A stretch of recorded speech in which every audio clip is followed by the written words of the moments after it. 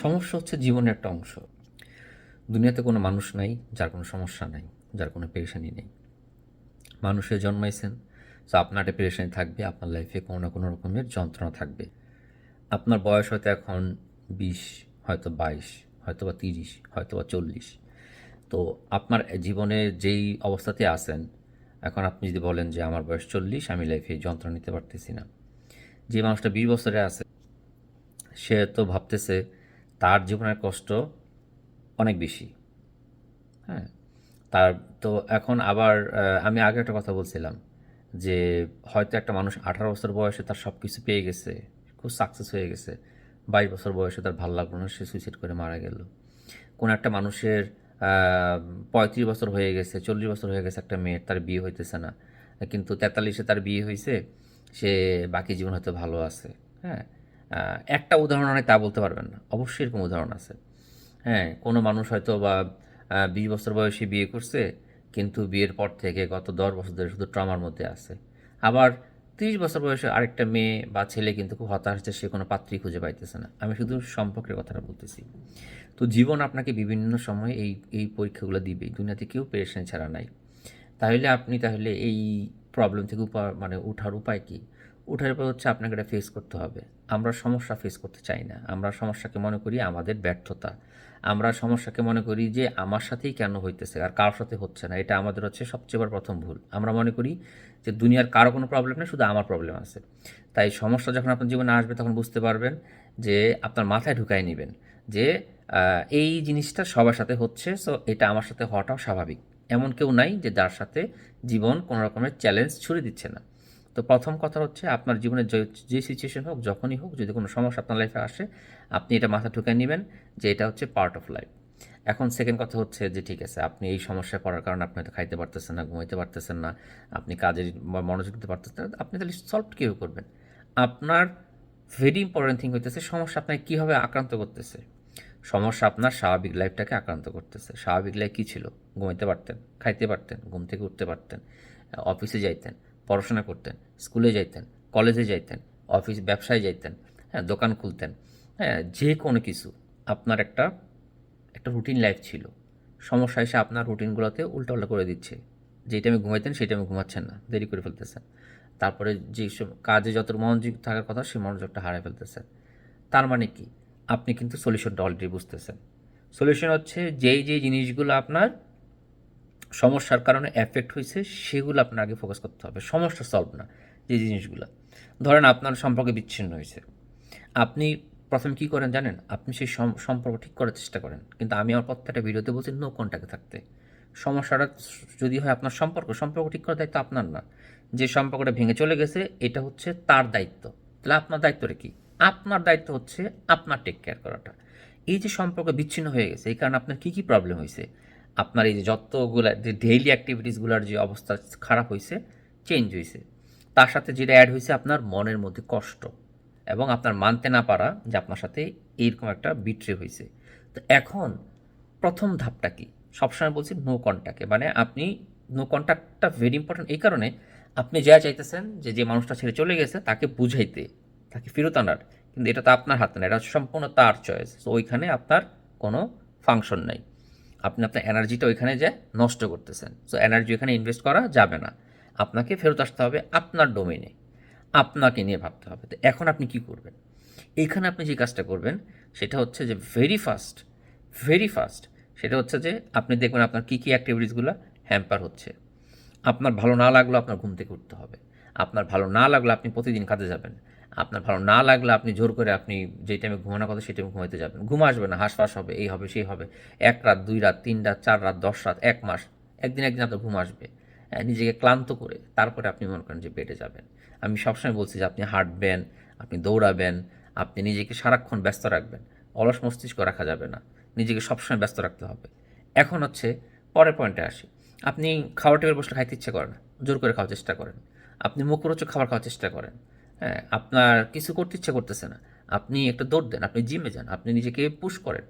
হ্যাঁ, এই জায়গাটা আপনার নিজেকে ফলো করতে হবে। আপনার তাহলে তাই মানে কী দাঁড়াইলো? আপনার সমস্যার সমাধান আপনার হাতেই। আপনি এভাবে করবেন, হ্যাঁ, আপনার মনে হইতেছে কোনো প্রোগ্রেস নাই, আপনার মনে হইতেছে যে আপনি এখনও তাই না ভাবতেছেন, আপনার মনে হইতেছে যে কিছুই হচ্ছে না, লাভ কি না, করতে করতে করতে করতে করতে করতে আপনি একটা সময় দেখবেন যে আপনার হয়তো মনের দুঃখটা একটু কমছে, বা এখনও হয়তো মাঝে মধ্যে মনে হয়, বা এখনও হয়তো হিল করেন নাই, কিন্তু আপনার কিন্তু অ্যাক্টিভিটিস কিন্তু ঠিক হয়ে গেছে। ডেইলি অ্যাক্টিভিটিস মানে আপনি এখন আগের মতো ঘুম থেকে উঠতে পারেন, আগের মতো কাজ করতে পারেন, আগের মতো খাইতে পারেন, আগের মতো স্কুলে যেতে পারেন, সব করতে পারতেছেন, নো কন্ট্যাক্টে থাকছেন, এবং আপনি এটারে মেনটেন করছেন। যত কষ্টই হোক নিজের পুশ করেও আপনি আপনার অফিসে যাচ্ছেন, যত কষ্টই হোক নিজের পড়াশোনা কন্টিনিউ করতেছেন, ইচ্ছা করতেছেন না তারপর জোর করে টেবিলে বসে আছেন, মানে মানতে ইচ্ছা করতেছেন, তারপর আপনি নিজের ফোকাস করতেছেন। পরীক্ষার সামনে, ভর্তি পরীক্ষার সামনে আপনার পড়তে ইচ্ছে করেন, তারপর টেবিলে বসে আছেন। হ্যাঁ, লোকেশন চেঞ্জ করেন, যদি আপনার পড়াশোনার সমস্যা হয় দরকার হলে আপনি লাইব্রেরি থেকে পড়েন, দরকার হলে আপনি খোলা মাঠে গিয়ে পড়েন, দরকার হলে আপনি ছাদে গিয়ে পড়েন, গাছের নিচে পড়েন। হ্যাঁ, মানে সবার সামনে পড়েন, ডাইনিং টেবিলে গিয়ে পড়েন, একা একা পড়ার দরকার নাই। নিজেকে অকুপাই রাখেন, আশেপাশে বন্ধু-বান্ধব রাখেন, আশেপাশে বাবা-মার কাছে যান। খুব বেশি খারাপ লাগলে বাপ-মার সাথে কথা বলেন, খুব বেশি খারাপ লাগলে বোনের সাথে কথা বলেন, ভাই থাকলে ভাইয়ের সাথে কথা বলেন, কাজিনদের সাথে যোগাযোগ করেন, নেটওয়ার্কিংটা বাড়ান, নিজের পার্সোনাল মানুষদের সাথে নেটওয়ার্কিংটা বাড়ান। হ্যাঁ, তাদেরকে যে সব বলতে হবে, কী দিয়ে যাচ্ছেন তার দরকার নাই, বাট তাদের কাছ থেকে আরও একটা সাপোর্টিং একটা মানে সাপোর্ট একটা নিয়ে নেন। এই যে প্রসেসটা আপনি যাচ্ছেন, আপনার যত কিছুই হোক, in one fine good morning you will find that আপনার সমস্যাটা নাই। কীভাবে নাই? আপনি আপনার ডেইলি রুটিনের সলভ করে ফেলছেন। খুব সিম্পল, ধরেন আপনি শেয়ার মার্কেটে $8,000 বা 8 লাখ টাকা আপনি হারাইছেন। হ্যাঁ, প্রথম দিন আপনার মনে হচ্ছে আপনি মরে যাবেন, দ্বিতীয় দিনও আপনার এরকম লাগবে, তৃতীয় দিনও এরকম লাগবে, 1 মাস পরে দেখবেন আপনার গায়ে লাগতেছে না, একটু খারাপ লাগতেছে, 6 মাস পরে একটু, অত বেশি না, 1-2 বছর পর আপনি এটা নিয়ে আফসোস করবেন, কিন্তু আপনি দুঃখে মরে যাবেন না। কিন্তু এখন এখানে বিষয় হচ্ছে যে আপনি এটা অনেকভাবে হ্যান্ডেল করতে পারেন। কিছু মানুষ এটার শখে এটা অ্যাকসেপ্ট করতে পারে না। হ্যাঁ, এবং হয়তো সে কোনো উল্টাপাল্টা ডিসিশন মেক করে। যারা এই ফেইলিউরটা অ্যাকসেপ্ট করতে পারে যে আমি শেয়ার মার্কেটে লস খাইছি বা কোনোভাবে আমার ক্ষতি হয়েছে, সে জাস্ট দম ধরে পড়ে থাকে যে ভাই যাওয়ার হোক, আই হ্যাভ টু সার্ভাইভ। ঠিক আছে, আপনি যখন এইভাবে সার্ভাইভ করেন তখন হচ্ছে আপনি সলিউশনটা পান। ঠিক আছে, সো এটা আপনার মাথায় রাখতে হবে যে আপনি কিভাবে নিজেকে সমস্যা থেকে বের করবেন। সো এটা সমস্যা হচ্ছে, তার মানে কি, সমস্যা হচ্ছে খুব স্বাভাবিক একটা জিনিস, এটা মানুষের লাইফে থাকে। যেদিন থেকে সমস্যা আসলে বলবেন ওকে, কংগ্রাচুলেশনস, আমিও একটা মানুষ, মানুষ বলে সমস্যা আছে, এই সমস্যার সমাধানটা আপনার কাছেই। প্রথম কথা হচ্ছে সমস্যাকে স্বীকার করতে হবে, সমস্যা থেকে পালানো যাবে না, you have to be brave enough to face this challenge. তারপরে আপনার সেকেন্ড যে কাজটা হবে, আপনি আপনার রুটিনটা যাতে হ্যাম্পার না হয়। রুটিন ঠিক করে ফেলতে পারলে আপনি দেখবেন যে এই সমস্যাগুলো আপনাকে কখনোই বদার করবে না, বরং আপনি দেখবেন যে বারবার সমস্যা করলে আপনি টুক করে সলভ করে ফেলতেছেন। এই স্কিল আপনি ডেভেলপ করতে পারেন, আপনি জীবন আপনাকে যত রকমের সমস্যায় ফেলাক, ফাইন্যান্সিয়াল চ্যালেঞ্জে ফেলাক, রিলেশনশিপের চ্যালেঞ্জে ফেলাক, আপনাকে হেলথ প্রবলেমে ফেলাক, আপনি টুক করে আপনি সলভ করে ফেলতে পারবেন। আপনি নিজে একটা রোড ম্যাপ বানায় ফেলবেন, আপনার গোল বানায় ফেলবেন, আচ্ছা ঠিক আছে এই প্রবলেম হয়েছে, আই নো দ্যাট এটা আমার ঘুমের সমস্যা করবে, কাজের সমস্যা করবে, আমার এই করবে, বাট আমি আগের স্ট্র্যাটেজি ডেভেলপ করব, আমি এই করব, আমি আমার কোনো কিছু কোনো হ্যাম্পার হচ্ছে, আমি জানি যে আমি হয়তো আজকে 1 ঘন্টা কাজ করলেও আমার কাজটা ঠিকমতো হবে না, কিন্তু তারপর আমি পরের টেবিলে বসে থাকবো।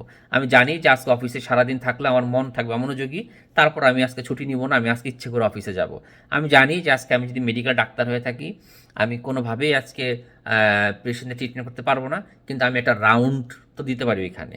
হ্যাঁ, আমি জানি যে আমি যদি কী বলে এটাকে, একটা প্লেয়ার হয়ে থাকি, আমি যদি একটা celebrity, what ever I am, হ্যাঁ, আমার আজকে দিনটা খারাপ যাচ্ছে, কিন্তু এটার জন্য আমি কোনো ব্রেক নিব না, আমার রুটিন আমি চেঞ্জ করব না।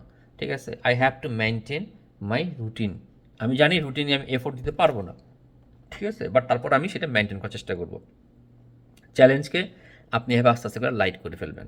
সো রিমেম্বার অ্যাগেইন যে লাইফে হতাশা থাকবে, দুঃখ থাকবে, সমস্যা থাকবে। হ্যাঁ, আমার লাইফে দুঃখ আছে, আমার লাইফে হতাশা আছে, কিন্তু আমি যদি এগুলা নিয়ে যদি আমি পড়ে থাকি তাহলে তো সমস্যা, তাই না? আমি এটাকে অ্যাকসেপ্ট করতেছি, আমি এমব্রেস করতেছি যে ঠিক আছে, আলহামদুলিল্লাহ, উপরওয়ালা আমাকে এই পরীক্ষাটা ফেলছে, আমাকে উত্তীর্ণ হইতে হবে, আমাকে বাঁচতে হবে। আমি যখন এই প্রবলেম থেকে বের হব, আমি তখন বুঝতে পারবো যে কেন এই প্রবলেমটা ফেস করছি, নতুন একটা মানে মানুষ হিসেবে আমি আসলে নিজেকে আবিষ্কার করব। So accept the challenge, face the problem. হ্যাঁ, সমস্যাকে মানে ফেস করতে হবে, এটাকে পালায়া যাওয়া যাবে না। আল্লাহ ভরসা।